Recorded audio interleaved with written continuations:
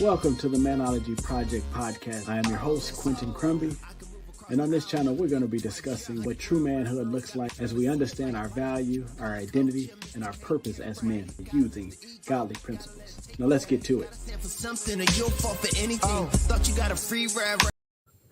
Yo, welcome back to the Man-Ology Project podcast, where I'm your host, Quentin. And you know what we do here, man. We talk about issues and problems that men have every day that we're afraid to talk to about with anybody. We try to discuss them here, and then we basically try to come up with some solutions to help us be better men, both in our character and in our faith.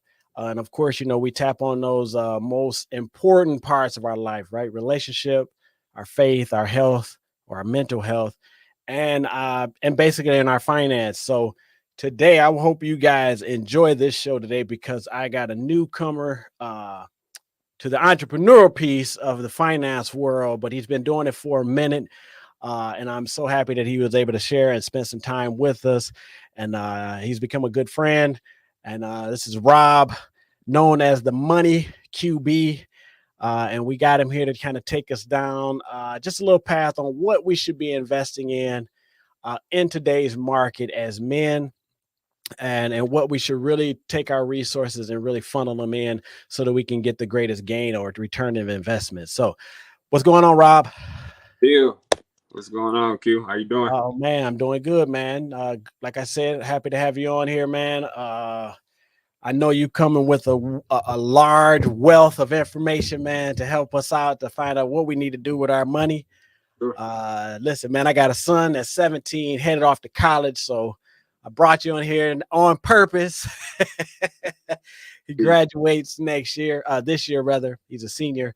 And so this episode would truly even help steer me in the right direction, man, with helping him at a young age to get prepared, man. First, before we even jump into, where we need to invest, why don't you go ahead and just give a little background on who you are, your little, some of your story. You got a good story, so share with the people what you got.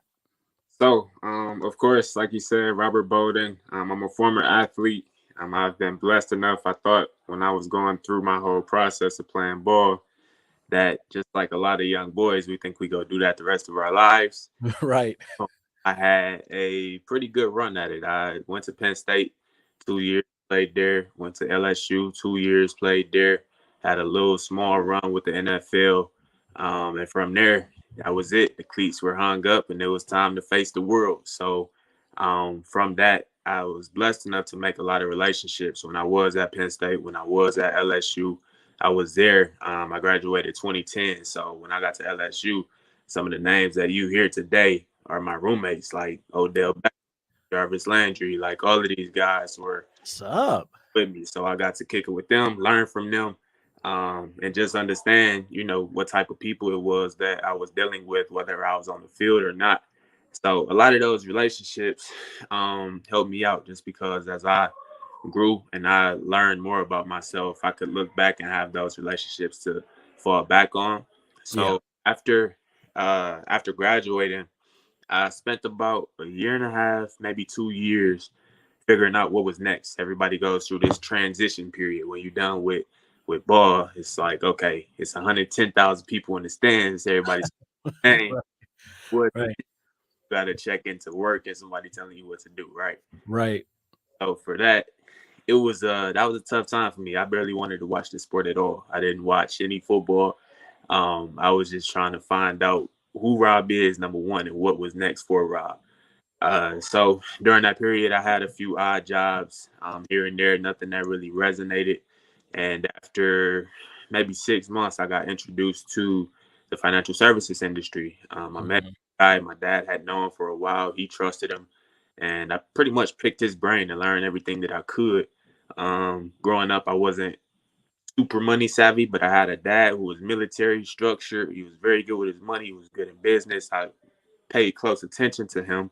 And my mom was way more like lax and she took care of the house, but she wasn't like into business or everything. So I had they weren't together. I had two really distinct identities on how to like manage this whole process. And I paid a lot.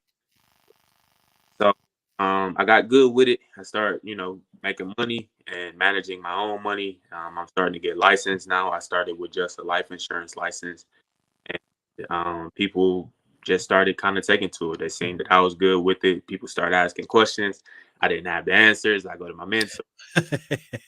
I start studying. I'm just naturally curious, right? I'm always Right.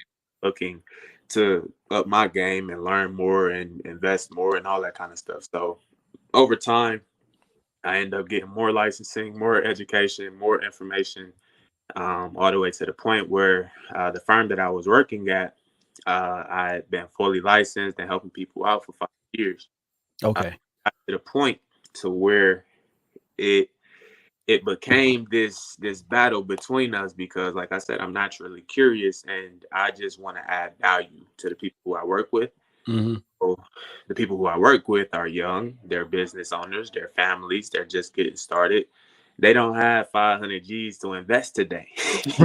Right. Like, it was in, I couldn't really give education without like hurting my pockets. There was no real medium there. Right. So over time, I dealt with it for a while. Everything where I was just product based. You get paid off the insurance, you get paid off the investment, commissions, advances, all of these type things.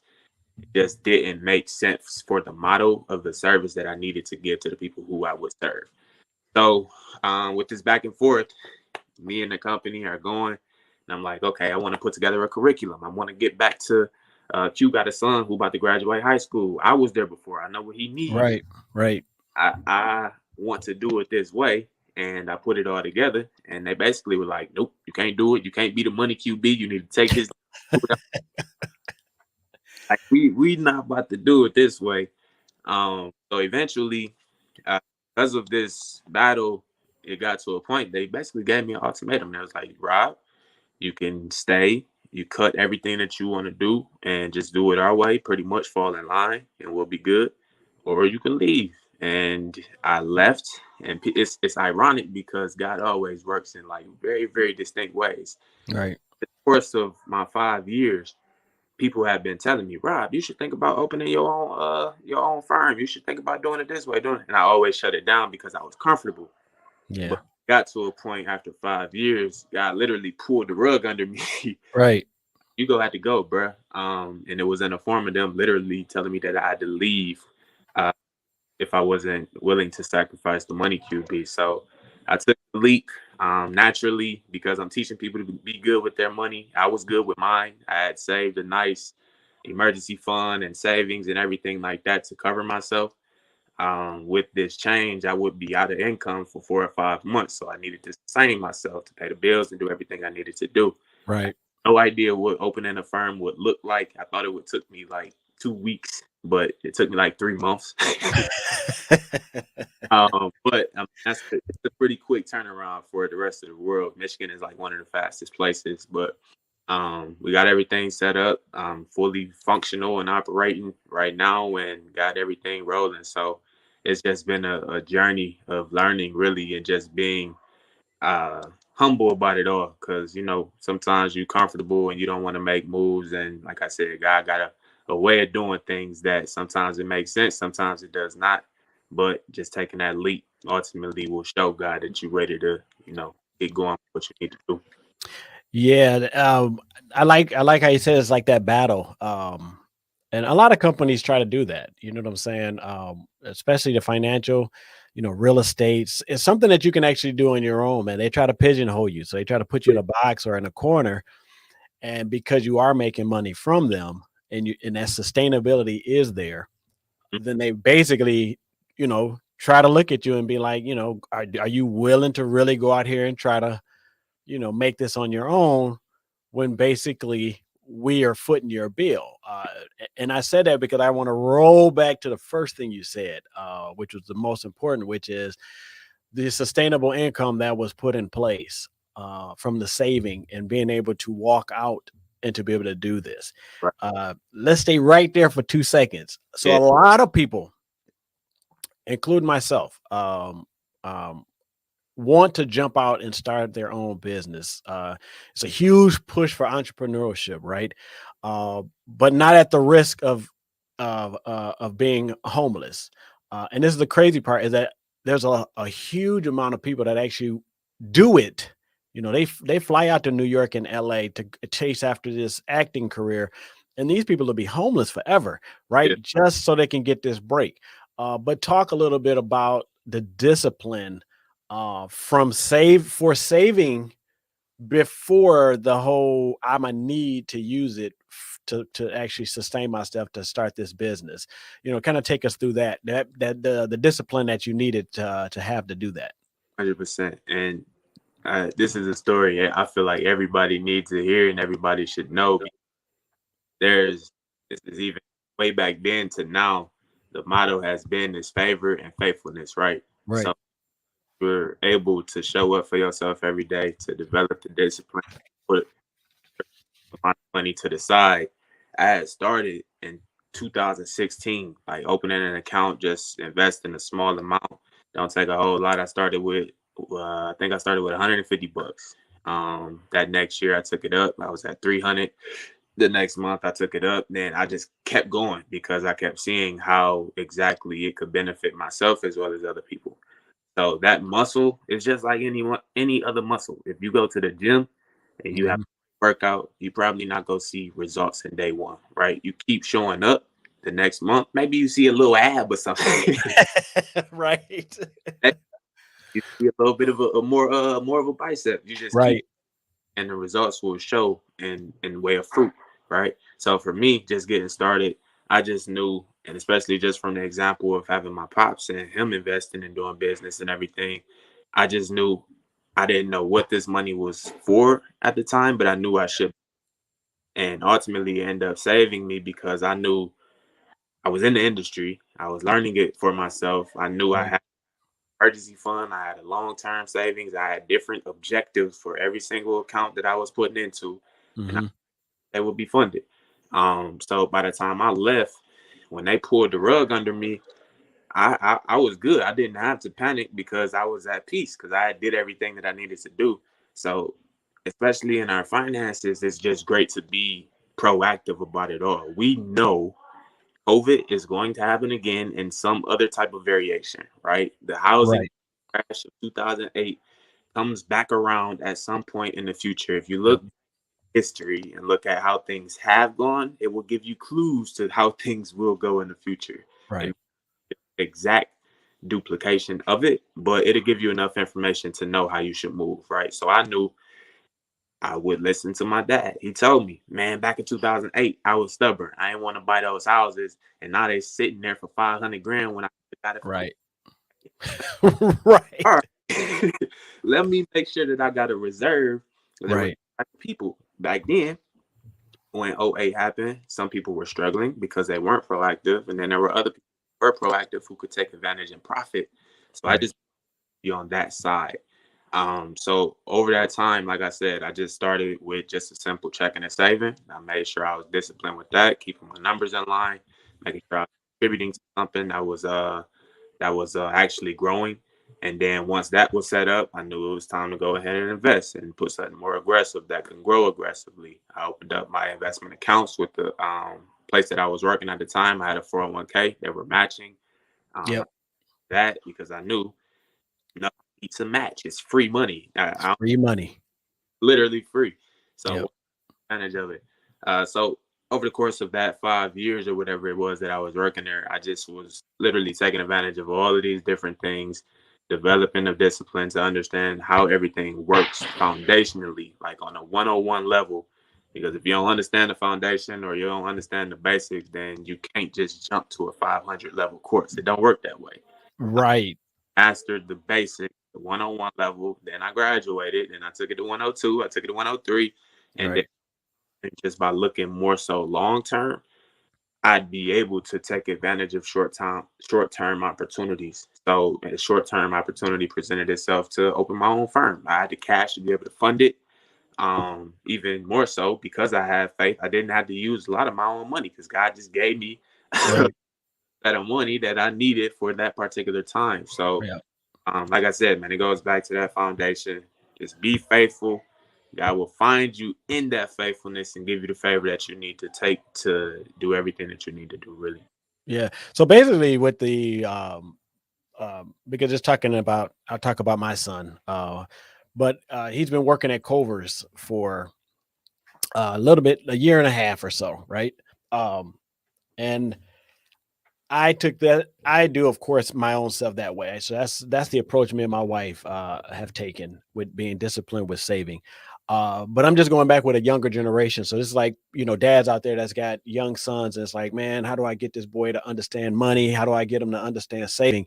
Um, when my son got was able to get paid every 2 weeks, I did just what you said. So I just told him, I said, listen, since we're Christians, we give tithes and offerings. So that's 10% to God automatically, and then 10% to your future fund. And so I told him basically 20% is cut off the top of your pay every check. And you basically got 80% of your money to do what you want to do with it.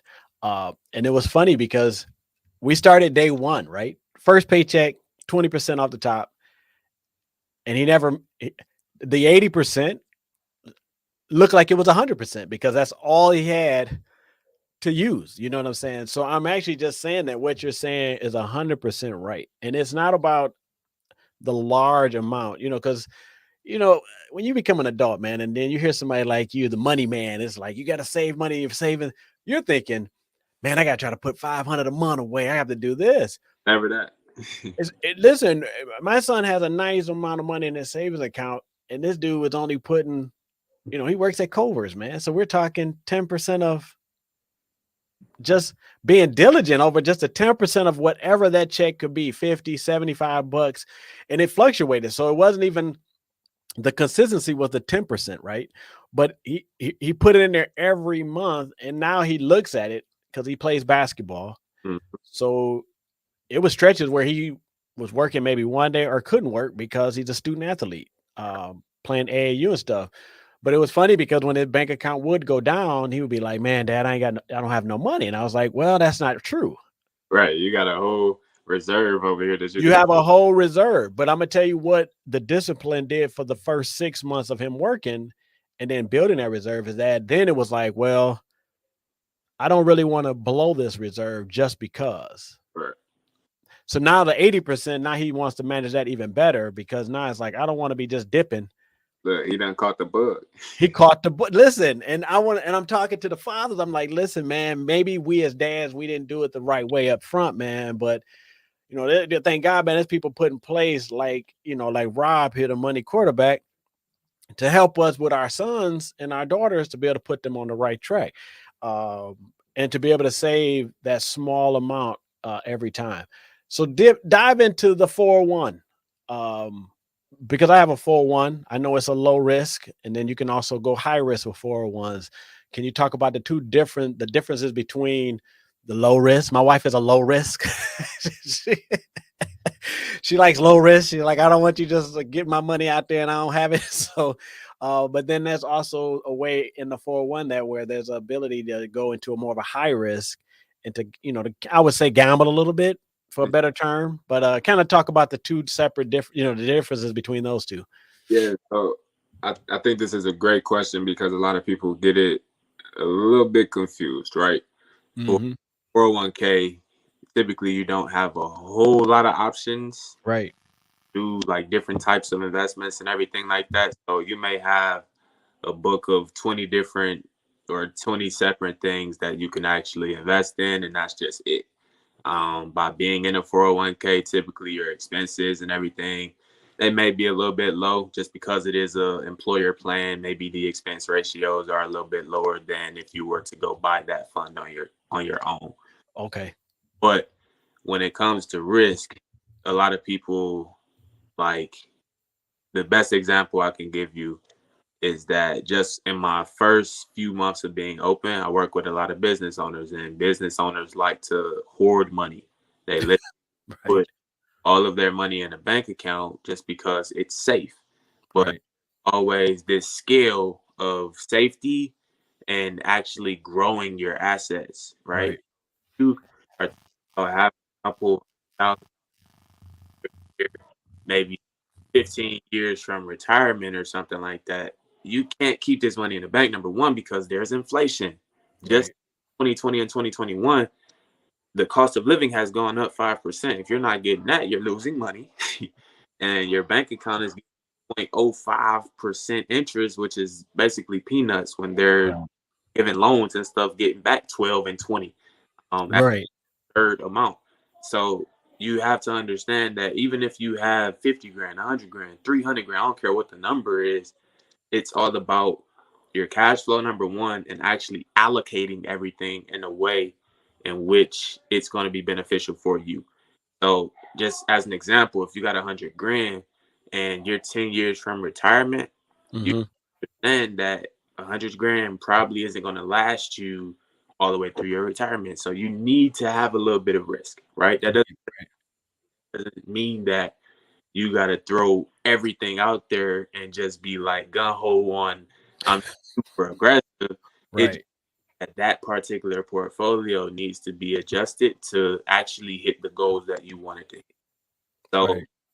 where people get confused is that we like the ability to go in and see that we've put something in and that it's either still the same or a little bit, Right. because most people don't want to lose anything. Right. You don't. Time if you tell me in a year that, yeah, I want to get, I want 20% returns and I want like great returns, but I don't want to lose anything. You got, and that's not, we That's can't. not how it works.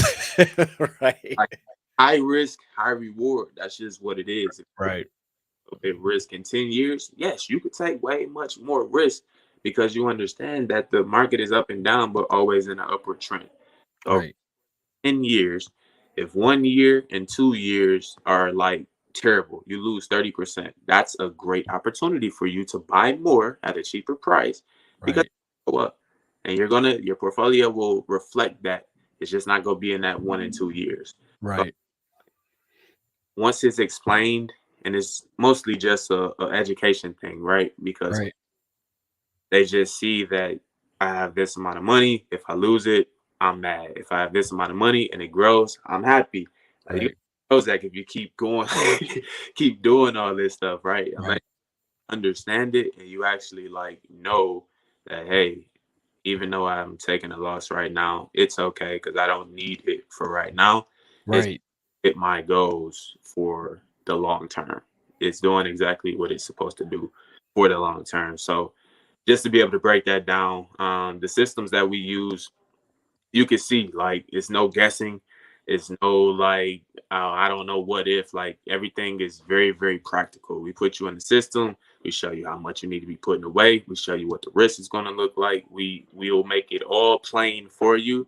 Hmm. It takes the if out. Right. That guessing game. Play that game like this is what we need to do. This is what I need for you to do to actually hit the goals that you're telling me. And if we don't do it, this is the repercussion. So Right. want to be conservative, that's cool. But you can't say that, hey, I didn't know that because I was so conservative, I'm not going to have enough money in retirement. Yeah, Right. you'll have all those questions answered just by doing a financial plan and putting all of that type of stuff together for you.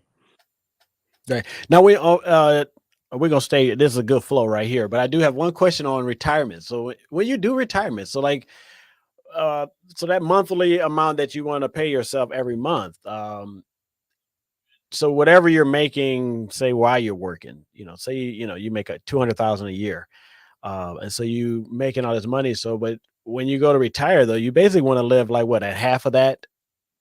Yeah, so it depends on whatever your lifestyle is. Because if Right. that most times people just say, "Oh, I need $1 million in retirement." Well, that's not necessarily true because Right. lifestyle that you got $6,000 in expenses every month. You Right. you need like 3.4. Right.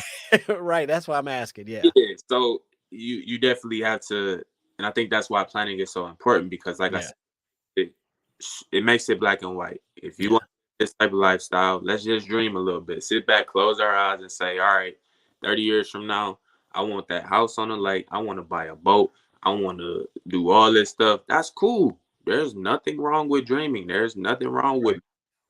how you want your life to look a little bit later. That's perfectly fine. But Right. understand there's some work that comes behind it. We go have to Right. plan together where instead of 5% of putting into your 401k, it might be 15. And if you really want that goal, this is what you're gonna have to do to get it. So Yeah. and everybody's different, right? I can't Yeah. like some person who saying $6,000 they want to live a lifestyle. Another person is way more conservative. Like I just want to make sure my kids are good. That's cool. It's all about the individual. Right. Whatever your goals are, whatever you want your life to look like, it's possible. But there's a method to the madness to actually make all of those things attainable. Man, dude. See, I'm glad I got you in here, man. I've been I literally been going through my own personal stuff, and it's so funny that you all this stuff you're talking about. I'm over here writing it down because I'm like putting a check by it because I'm like, man, I just did that. Yeah. Because like I said, I'm not super savvy. I, I am a guy that like to learn, and if you're going to be talking to people, you have to have some credibility around being a reader. You know, somebody who actually advances themselves in reading. But I just did that. Well, not just 7 years ago, I did that with me and my wife's 401k.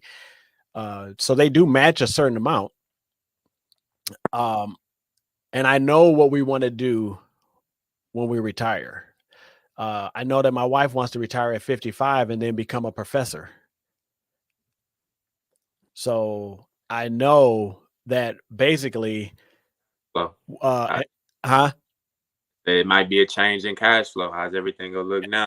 And right, and so that's my thing is so I'm looking at her and I'm like, okay, so to be a professor, what is the starting pay? What are you looking? Are you doing it for the money? Or are you doing it for the love of science? Because she wants to teach some type of science class or health class. And if you're doing it for that love, then the paycheck is not going to be a big deal. So that means that I need to be even more smart about what you're going to retire with, because whatever you bring in, you really don't care. You really want to just kind of give back to the school system or students.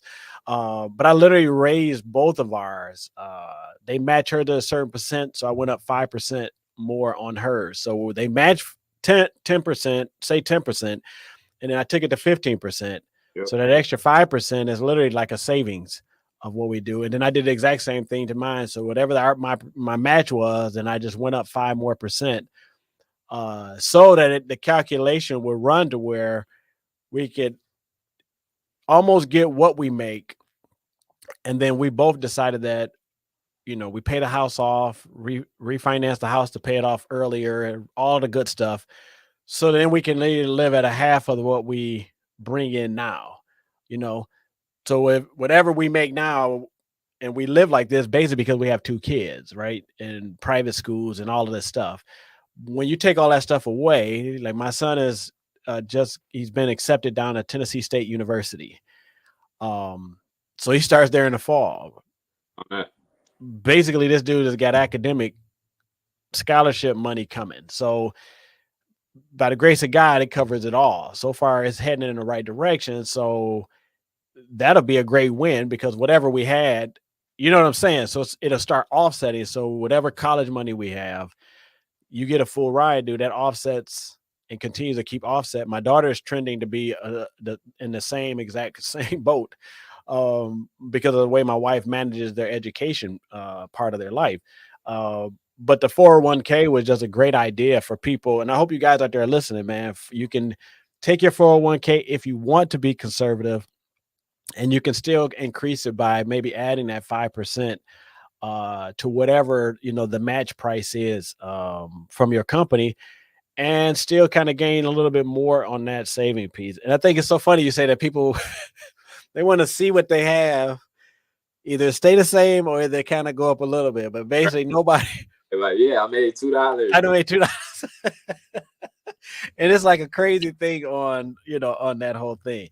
Let me see what time. Okay, we got a little bit more time here. All right, let's go. So we got savings. I hope everybody's keeping up with us, man. We're moving quick, but the QB talked about, the money man talked about the savings. That's our foundation. That's where we gain our discipline. That's where we actually get our knowledge. What we really want to do, we can do all that by doing our savings and our checking, managing, budgeting. move on to our 401k, low risk, high risk, how actually we want to save from that. And that depends upon our retirement and how we want to live afterwards. Then the third one is the big one. So we got the stocks out there, man. People are going crazy. We got the cryptos, we got the doggy coin, a Dodge coin, or whatever it's called. So we got all of these things out here, man. And I got partners, man, on every side of me. Just like I'm not a stock guy as of today. I'm not a stock guy. I'm a conservative guy. I know that I want to retire by 55. I'm 46. So I'm gonna have to go high risk going into this next year. So you're perfect to come into the play because basically I want to learn more about. I've already been conservative. We look good there, Right. but I do want to take a little bit and get in the game of stocks, little high risk, and kind of play the long game over these next 10 years, if God's willing, to really get a good punch. So tuck us down some of the stocks. I know we can't go in all of it because that's a big monster, but just kind of give us just a general understanding, and we'll have you come back and get deeper, but just kind of give us a general understanding of how we should look at the stock and what is how we should view it, understand it, and then how much education do we need to get on actually investing in stock. Go ahead. For sure. So stocks are a totally different monster in themselves. So for a lot of people, investing in itself, number one, can be scary because there are so many different options. Right. Talk about IRAs, you're talking about brokerage accounts, you're talking about, especially today with the internet, Right. all of these gurus all online and doing all this kind of stuff. It can get confusing. So if you're talking about individual stocks, first of all, the average person who works every day, who owns a business, who has children, they don't have a lot of time to actually No. go and look at the trends, look at what's happening with specific companies, look at the intricate details of why you're actually buying this. Right. So inherently, they just take their circle's advice. John Right. has bought Dogcoin and made 10 grand, and he tells you to do it, where number one, your risk profile doesn't fit his Right. foundational stuff, but they call it FOMO. It's the fear of missing out. John has made this money. I want to make money too. I'm going to invest, and you lose everything. Right. Right. Right. we, That's my fear. I don't want to lose everything. so the game is start at the foundation. If I'm thinking long term, Mhm. I have my long term together, there will be money available to do things that are a little bit more risky because I don't care if Oh, I'm that's good. right. So if I'm Yep. thinking long, the opportunity comes where I just need $500 and that 500 doesn't hurt me at all. I'm gonna invest the $500 because I could probably get 20% or lose 10. I don't care about the 10. Whatever. Go ahead, do it. Yeah. It's a method to the madness, right? Yeah. Yep. With stocks, if you're going to be doing that, number one, understand that you need to do your own research, not your Yep. friends, not your family, not anybody else, but you. You need to look down, understand why you're investing in this company and why you're doing the things that you're doing. Um, you can do that, and individual stocks are inherently way more risky than anything else because it's like your mom told you when you were young, don't put all your eggs in one One basket. basket. Yeah. Put everything into Apple, and that's your only investment. If Apple falls or closes or whatever, all of your money is going to go. Right. There's no way. In turn, you can invest in individual stocks, but in a different way, which will give you way more diversification, which will give you a lot more leverage to buy more companies at a lower price. Uh, Mhm. Example, the S&P 500, for those who don't know, is an index that tracks the 500 biggest companies that the US has to offer. So this includes Google, Microsoft, Facebook, Apple, Tesla, all of the major stocks that you buy from on an everyday basis, pretty much. A iPad and a Apple computer and all that stuff, they're the companies that are majorly recognized. The S&P 500, since its inception, has averaged about 10%. So, meaning instead of buying an individual stock of Apple, which will cost me probably a couple $100, I could go find an index that tracks the S&P 500 that has all of these companies, and it probably would cost me $100 rather than 250 to invest in Apple. I don't know what Apple stock price is. Don't quote me on that.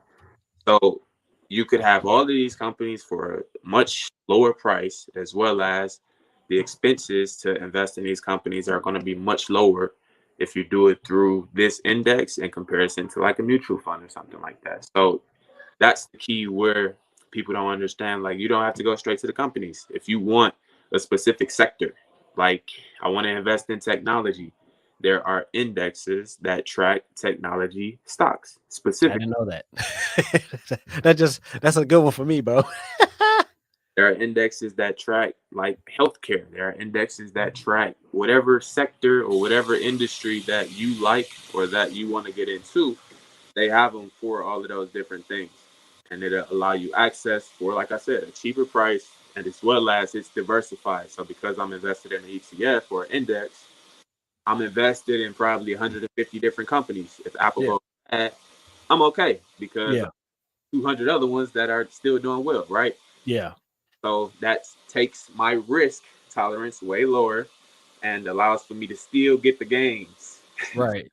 Now, how Increase. much do you have? I don't mean to cut you off, but I don't. I want people to be able to understand. So, how much do you actually need to put into an index? Does it really matter? Can you, is it a certain amount you want to play with to get in there to do this? Yeah, so depending on who you go through. So for my firm, we partner with Charles Schwab. That's who I do all of my trading for all of my clients. If you were to get into an index that tracked the S&P 500, it would cost you, I don't know exactly, but no more than $200. Nothing in my portfolio cost me any more than 200. Probably one. Okay. So it's very, very cost effective as well. Right. Traded different. Mutual funds are usually a little bit more expensive, Yeah. more of a commission up front, depending on who you go through. Yeah. Yes, it's just not that. Your expense ratio is going to be much lower, means that you get better returns because more money is in your pocket. Yeah. And split your portfolio up. I want foreign stocks. I want technology stocks. I want international stocks. I want whatever, even bonds, all the way down to that. The portfolio is exactly matched for exactly what it needs to be. And you don't have to worry about, oh my God, checking my portfolio every day. I'm scared that this company is about to crash. I don't want to live with that type of anxiety. Yeah. Yeah. I know. I don't either. And I'm asking because of my two kids. So, I I know that they're too young to actually have it themselves. But as a parent, could I open up one for them? Yes, absolutely. They Would it have, have to be in my name, or can I use it in their name? depending on how old they are. If they're Oh, 8, how old is he? Quinn is 17, so he'll be 18 in April. So as soon as he's 18, they can take hold of it. But even before then, you can open up a brokerage account as a custodian and as Uh, soon as he does it. So even with, like, I got a little sister. I opened up a 529 3-4 years ago for her for college savings. Um, yep. and I could put into it. My family could put into it. Like, anybody could put into it. And they got different accounts. If you don't want it to be specifically for a school, you can open up a UGMA, a UTMA, all of these different things that can be Okay. business, or if they want to just buy a car or do whatever they want to do. Okay. There's variety and variations to all of it, but you just Okay. in check your foundation. Why am I doing this? What's the goal? And how Okay. it makes sense for me and my family to move forward. That's good. Yeah. And I just mentioned that everybody who's watching, dads, I put it on the dads, man, because it's our job to make sure we leave these legacies for our families, man, and our kids and stuff. So I just want to make sure that we're just staying very diligent and vigilant on making sure that we have things in place. Not just you guys, but me as well. Like I said, I'm being educated. The index is I knew about it, but I really didn't understand exactly what was the purpose or how it actually worked. It actually makes a lot of sense, even though I know you gave me just a brush over, but from what I know and what you just told me, it makes sense. And that's probably the easiest way to give your kids a piece of the pie without having to drain yourself on following stocks and mutual fund, all this stuff. You just drop it in there, man, and let it go to work. And then so you could put money into it as well. Like, can you like if you start off with $200, you could add more money to it, or do you just let it sit there and just make money? First, What? whatever your frequency is, if you want to do just kind of randomly, whenever you get some people tax time, they got $5,000 to drop into it. You could do that. Yeah. Okay. Do it every 2 weeks, every month, however, whatever frequency you want to do it. That's fine. But it just matters to develop that habit or that muscle Yeah. You're right. developing. Yeah. To, Yep. Okay. So that makes a lot of sense, and I like that. Oh, touch a little bit. Because I got one more thing. We got all right. Talk a little bit about the IRA. Before we jump into the last one, which is going to be life insurance. But the IRA, Roth IRA, something else IRA. It's always these IRA. I hear people always yelling out IRAs. Give us a quickie on the IRA so we can understand. I just heard that the Roth IRA was one of the better ones to put it in. You tell me yes or no on yeah. that. Again, it's just really based on what your goals are. For Okay. getting started, it's going to be a gold mine, and that's only because of taxes. For me, I know that I'm going to make a lot more money in the future than I do today, right? Yeah. So for Roth IRA, as long as you have the account established for 5 years, you pay zero taxes when you hit retirement age. When you get ready to take that money out, you pay no tax, and I'll be at a much higher tax bracket at that point. So it's valuable to me to have this account because I can max it out for $6,000 a year. That's $500 a month. Even if it's not $500, I can Right. 550, whatever it is. This is the account that I started when I first started, and I was putting $100 into it. That account probably has gotten up to probably 50 grand easily just from starting at that. Yeah. So Roth IRAs are a gold mine because of the taxes, and you can even use it if you want to buy or are looking to buy a house or put a down payment on a home. You can use it for that. It's a lot more flexible than the other types of IRAs just because Okay. they work the same by way of the risk. You can be conservative, you could be a little bit more aggressive, but by way of taxes, if you've had it for 5 years, once you hit that retirement age, 59 and a half, you're good to go. As well as because it's taxed like right away, whatever you contribute, you can also take out. I would advise against this because if it's not in there, it's not working for you. Right. It might know, hey, if I have a situation, I'm not going to be taxed or penalized if I actually need to take money out. Man, dude, this is just a wealth of information right here, man. All right, man. And then on our last thing we want to talk about is just life insurance. Term, non. Take us through that, man. Give us a little overall. I know, hey, everybody, I know this is a lot to take in, man. I promise you that I'm gonna have him back as many times as his time allows him to come back to break these down, break them all down individually so we can spend time to get even more educated on it. So but yeah, life insurance, man. Give us what is a good direction to go. I got a couple of policies on me, um, because if anything happened to me, I want the family and my stuff to be taken care of.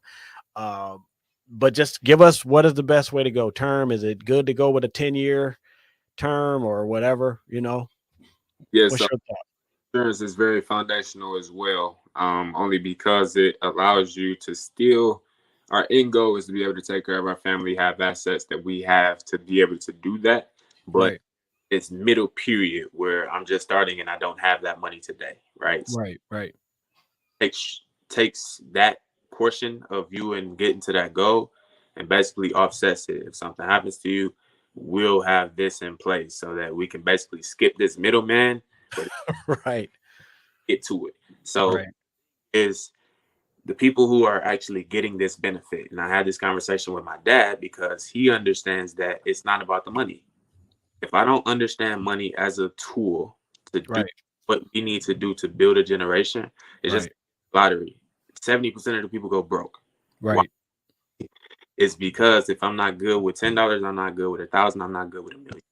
right, So we need to understand that, all right, even if you got a policy in place, you need to sit down with your family and make sure that everybody knows what's about to happen with this cash. If something happens to you, what's the plan? And right. that is absolutely beautiful because I know, and my pops has the assurance in me to know nothing happen to him. Rob good. He know exactly what to do. He know exactly where to go, who to talk to, and he gonna be straight. He gonna be good. So I'll entrust him with more because he can handle the little things, right? Right. You gotta have something though. I don't care term, cash value, whatever. There are levels to it and things Right. routes that you should go, but get something because Right. even if you got the house, the car, the this, the that, if you're married and y'all don't get that in place, something happened to you that you don't have the insurance, all of that stuff is great because it was being paid for because you had the income, but the income's gone now as well as you. How are you going to replace that income? Right. What insurance is for? So I would say 8 to 10 times whatever your annual income is the policy that you should have, and Yep. typically for in term. So get you a term. It's going to be super cheap typically or cheaper than the alternatives, but get that, get it in place, get you a nice term as long as you possibly can, just so you can lock in that price.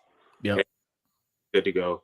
And if something were to happen, make sure that the people who are money know what to do it, what the steps will be to do it. Man, dude, listen. All I gotta say is this was even way better than what I even thought, dude. This is some good, great information. And before we close, I'm just gonna walk back through this. So we have our foundation, which is our savings, being able to understand and grow our assets just by using our foundation, and just the bottom line, which is learning how to actually work and understand that savings and how it can benefit us. Then we can move right on into our 401k, where we can actually get a better understanding on the diversifying our portfolio, then the high risk, the low risk on that. Then we want to be able to work with our stocks.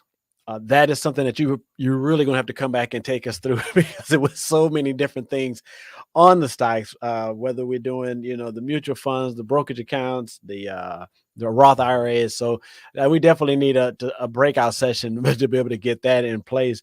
And then last but not least, in the life policy, I think that every man should have a life policy out that has a family, whether you're married with, a wife with kids, or if you have kids in your life, if you got brothers and sisters, somebody's got to take care of whatever you leave on this earth, and should be able to do it with ease. And then so many of our people, we don't play the life policy game.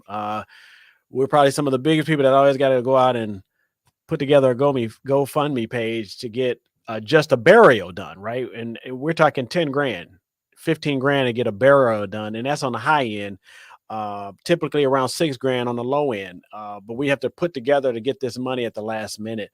And so this platform was basically put together so that we can educate ourselves so that we are ready for not only for the present, for what we're in, but also for the future and even past when we leave this earth for our families. So, once again, Rob, dude, I appreciate your time. I know it's a Sunday, man, and I definitely thank you for coming on and sharing the wealth of wisdom that you had.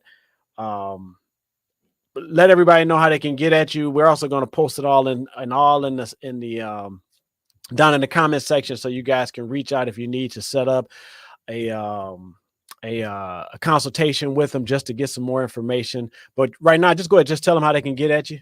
Indeed. So on typically all my platforms, I'm just Rob ROB Bolden. It's BO the number one instead of an LDEN. I'm typically on Instagram and Facebook most. So you can find me there. My website is just themoneyqb.com. On there, you'll see a slew of information and things that we do to just help educate. I wrote an ebook that is out there as a foundational tool for it'll be good for like your son, somebody getting started who just needs like the foundation principles to get themselves going.